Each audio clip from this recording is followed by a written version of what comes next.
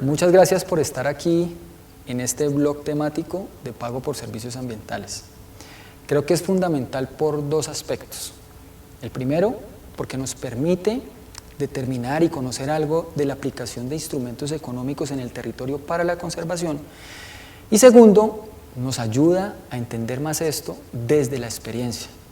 Estamos ejecutando unas iniciativas y sería muy importante poder compartir con todos ustedes lo que hemos logrado en esta implementación y en el desarrollo de esta temática.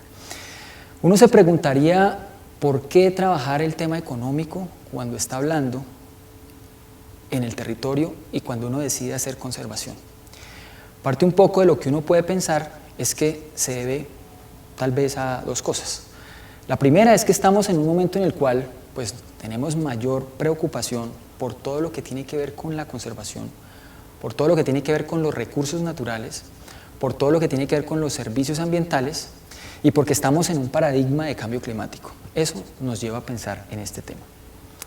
Pero también podría pensarse que cada vez son menos la oferta de recursos que tenemos y cuando algo es escaso y es disminuido, pues el tema económico empieza a ser preponderante en la discusión. Sobre esto entonces, la experiencia pues, nos permite empezar a ver que es una temática que es novedosa, es una temática que no está inventada. Si bien es cierto hay aplicaciones en otros países como México, como Costa Rica, como Brasil, como Ecuador, pues Colombia tiene algunos aprendizajes, tiene algunas experiencias, pero con esto no hemos logrado descifrar efectivamente si este es un instrumento que sirve para conservar o no. Y ahí creo que debemos centrar toda la discusión para poder aprender todos de esto. Lo que hemos venido trabajando es una serie de experiencias que se soportan en una intervención a escala nacional. Esa intervención se ha venido dando en proyectos que tienen que ver con alcances de una escala a nivel grande. Estoy hablando de ciudades como Medellín y como Cali, estamos pensando también en el tema de Bogotá y hablando con ciudades intermedias como Ibagué o Neiva y trabajando en municipios bastante pequeños como puede ser Junín, que es un municipio en Cundinamarca con 5.000 habitantes, o San Vicente de Chucurí en Santander con 12.000. Esto nos da una dimensión de qué es lo que estamos trabajando.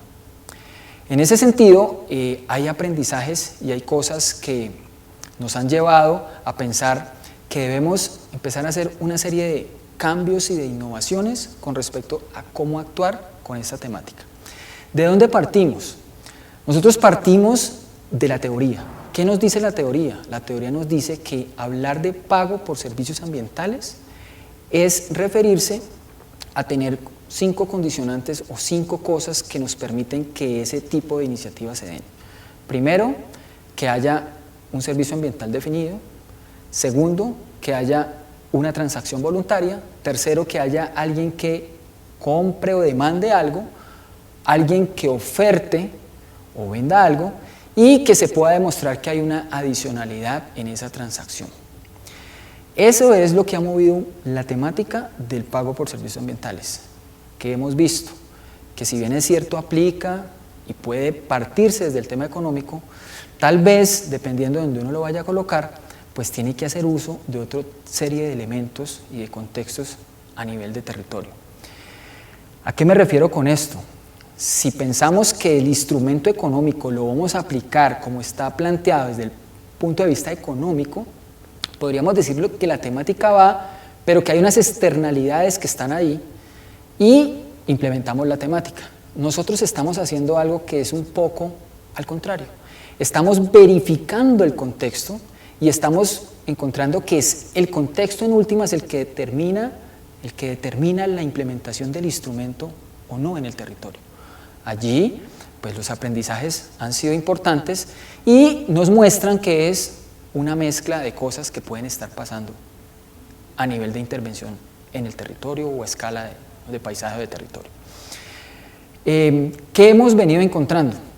El aprendizaje con esto y la actuación en en estos diferentes escalas en el territorio, pues nutriendo la propuesta teórica y complementando lo que estamos haciendo, pues hemos encontrado que hay 6 elementos que son el contexto, que hemos denominado el contexto y que son como las condiciones que nos permiten determinar si efectivamente esa temática es posible implementarla o no en el territorio. ¿Cuáles son esos temas que hemos encontrado? Que el instrumento desde el punto de vista ambiental o ecológico funcione, que se pueda argumentar, que sea funcional, que desde el punto de vista técnico hayan herramientas y haya desarrollos que permitan intervenir en el territorio para solucionar o disminuir las amenazas al problema ambiental. 3, que desde el punto de vista económico podamos garantizar condiciones económicas para poder generar los cambios y mantener el instrumento en el tiempo. 4, desde el punto de vista social, vincular a los actores locales, no solo digamos, como alguien que está involucrado en el tema de mercado, sino como responsable de lo que está pasando en esa cuenca. 5, desde el punto de vista jurídico, hacer una intervención que no vaya a transgredir ninguna de las normas existentes. Y 6, que haya una voluntad político-institucional de los diferentes actores en el territorio. Esos 6 elementos son 6 ejes fundamentales que hemos encontrado que son las condiciones preliminares para poder trabajar en esta temática. Y los colocamos a consideración y los colocamos como parte del aprendizaje que hemos surtido en estos 2 años largos de implementación de este proyecto. Este es un proyecto que ejecuta Patrimonio Natural con la financiación de la Embajada del Reino de los Países Bajos y ha sido un poco pensado desde la posibilidad de conocer si realmente el uso de estos instrumentos es procedente para actuar en la conservación o no, es funcional en el territorio para la conservación. Lo hemos concebido como un enfoque de manera más ampliada, no estrictamente como pago por servicios ambientales. Creemos que parte de los aportes es verlo de una manera amplia, un tema más de incentivos a la conservación, y en ese sentido es que quisiera reflexionar con ustedes sobre lo que hemos venido encontrando en cada uno de estos temas. Cuando uno habla de las escalas, habla de los contextos y se piensa en los 6 temas de los cuales yo les estoy mencionando, uno empieza a encontrar cosas que terminan enseñándole a uno cómo poder actuar con este tipo de instrumentos. Si uno se para desde la teoría y piensa que el tema institucional es importante, uno diría que las condiciones institucionales terminan siendo el motor que mueve una iniciativa de estas. Pero les citaría un ejemplo con respecto al aprendizaje en esto. La cuenca del río Ceibas es un sitio que abastece desde una microcuenca que es Los Micos y donde estamos buscando incidir con el instrumento. Hay condiciones desde el punto de vista institucional para poderlo implementar. Tenemos un consejo de cuenca, tenemos diferentes actores colocando recursos, tenemos un plan de ordenación de la cuenca, tenemos esto proyectado a 20 años, tenemos un ente internacional que es la FAO, que está implementando técnicamente el ordenamiento de esa cuenca, pero con todo y eso llevamos un poco más de 2 años y ha sido difícil teniendo esas condiciones institucionales. Ahí hay un análisis, digamos, que hacer. Hay otros sitios que no tienen plan de ordenación, no tienen ese tipo, digamos, de elementos sobre los cuales uno podría decir que son andamiajes institucionales para que esto sea funcional, y nos ha funcionado mejor que teniendo estas condiciones. Otro aspecto desde el punto de vista ambiental que se me ocurre podría ser lo que hemos hecho en Junín. En Junín hay todo un planteamiento de mejorar la calidad del agua que abastece el municipio de Junín. Hay altos grados de contaminación, es un acueducto que ha sido cerrado por la gobernación de Cundinamarca por los altos índices de contaminación. Parte un poco de ver es cómo transformamos ese manejo en las partes altas, que es de ganadería, para tratar de ver cómo disminuimos la contaminación del agua, que es la que están consumiendo las diferentes personas que están ahí. Desde el punto de vista técnico, los aprendizajes han sido grandiosos, considerando casos, por ejemplo, como el caso de la cuenca Cali, que es una cuenca que abastece parte de la ciudad de Cali, con unos costos de tratamiento bastante fuertes desde el punto de vista de la potabilización, pero desde el área, digamos, de la cuenca donde estamos trabajando, resulta importante porque es una cuenca que ha invertido gran cantidad de recursos en los últimos 8 o 9 años. Y cuando uno piensa en recursos, fácilmente podemos hablar de 10.000, 12.000 millones de pesos invertidos en los últimos 8 o 9 años en la cuenca.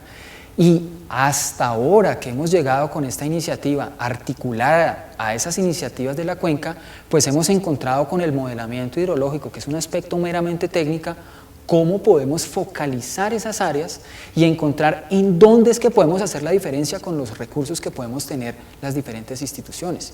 Entonces, vean que desde los diferentes casos, desde los diferentes ámbitos, uno termina viendo que es posible hacerlo, pero no en todos los sitios funciona con una metodología, digamos, que vaya a aplicarse en el territorio y que eso sea funcional para lo que queremos hacer. Con todo esto, ¿qué es lo que podemos evidenciar? Que no hay una receta única, no hay una metodología, no hay una camisa de fuerza que nos permita decir que esto ya está inventado. Depende de cada uno de los contextos y cada una de las condiciones que tengamos en el territorio para poderlo implementar. Parte de todo este proceso de aprendizaje en este tiempo nos ha delineado un camino que creemos es largo, no es una cosa que esté resuelta, y parte de la información que hemos recibido desde lo último que se ha producido en la temática que es el 4º Encuentro Internacional de Pago por Servicios Ambientales en el mes de noviembre, pues nos muestra que todavía hay elementos sobre los cuales no necesariamente se ha abordado y se ha terminado, digamos, de desarrollar toda una teoría con respecto a esto. ¿Qué nos queda de todo esto? Algo muy importante. Primero, nos pensamos que esto iba a demorarse menos en el país. Los tiempos sobre los cuales se proyectó era la ejecución en 5 años. Vamos ya más de 3 años y no hemos logrado decir con contundencia que efectivamente el instrumento ya está por sí solo ubicado en el territorio. Están en implementaciones, hay cosas que se están haciendo en diferentes partes, pero no es garantía de que esto realmente siga en el tiempo. Segundo, que no necesariamente es un instrumento de mercado, no es solamente el tema económico, hay que considerar otras cosas que los economistas denominan las externalidades, pero nosotros las vemos como las condiciones que hay que tener para poder que efectivamente el instrumento funcione y se instale. Tercero, que no es un instrumento que va a resolver los problemas por sí solo, es un instrumento que debe ir totalmente complementario a los diferentes modelos de gestión en el territorio, que si se complementa y se hace bien, puede generar buenos procesos de conservación. Cuarto, el trabajo con las instituciones. Desde que iniciamos había una gran receptividad de las diferentes instituciones, desde lo público, para trabajar en la temática. Lo que no había era claridad. Debemos prepararnos, debemos trabajar y entender cómo ir construyendo la colocación de este tipo de instrumentos en el territorio para hacerlos funcionales. Un quinto elemento es mirar desde el punto de vista económico cómo las instituciones pueden redireccionar o reenfocar o priorizar la inversión de los recursos que tienen. Hemos encontrado que son pocos los recursos económicos que hay y este instrumento puede ayudar a focalizar de una mejor manera esos recursos en el territorio.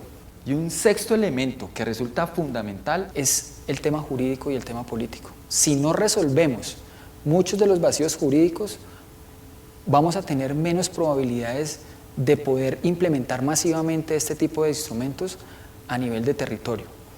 Algo fundamental, no es un instrumento para aplicar en todo lado. El aprendizaje nos ha dicho que es un instrumento donde haya problemas hacia los servicios ambientales o amenazas con los servicios ambientales. No es en todos los lugares. Con estos elementos y considerando aspectos que tienen que ver con la interacción propia de todos los proyectos, con los temas presupuestales, los recursos de vigencias, parte un poco de la lección aprendida es cómo logramos canalizar unos recursos importantes para implementarlos en el territorio, pero las condiciones institucionales de las vigencias de aplicación de recursos no nos permitió y nos tocó pues, desechar esa opción.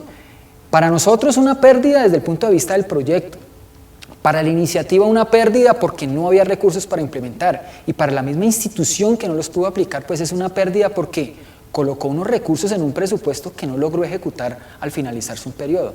Entonces, ese tipo de elementos consideramos que son fundamentales tenerlos en cuenta, y lo más importante, estos aspectos verlos como algo que terminen innovando en el territorio para no hacer algo calcado desde el punto de vista de lo económico, y es que no nos va a resolver meramente un instrumento económico los problemas que tenemos en el territorio y en las cuencas, y menos para garantizar aspectos de conservación.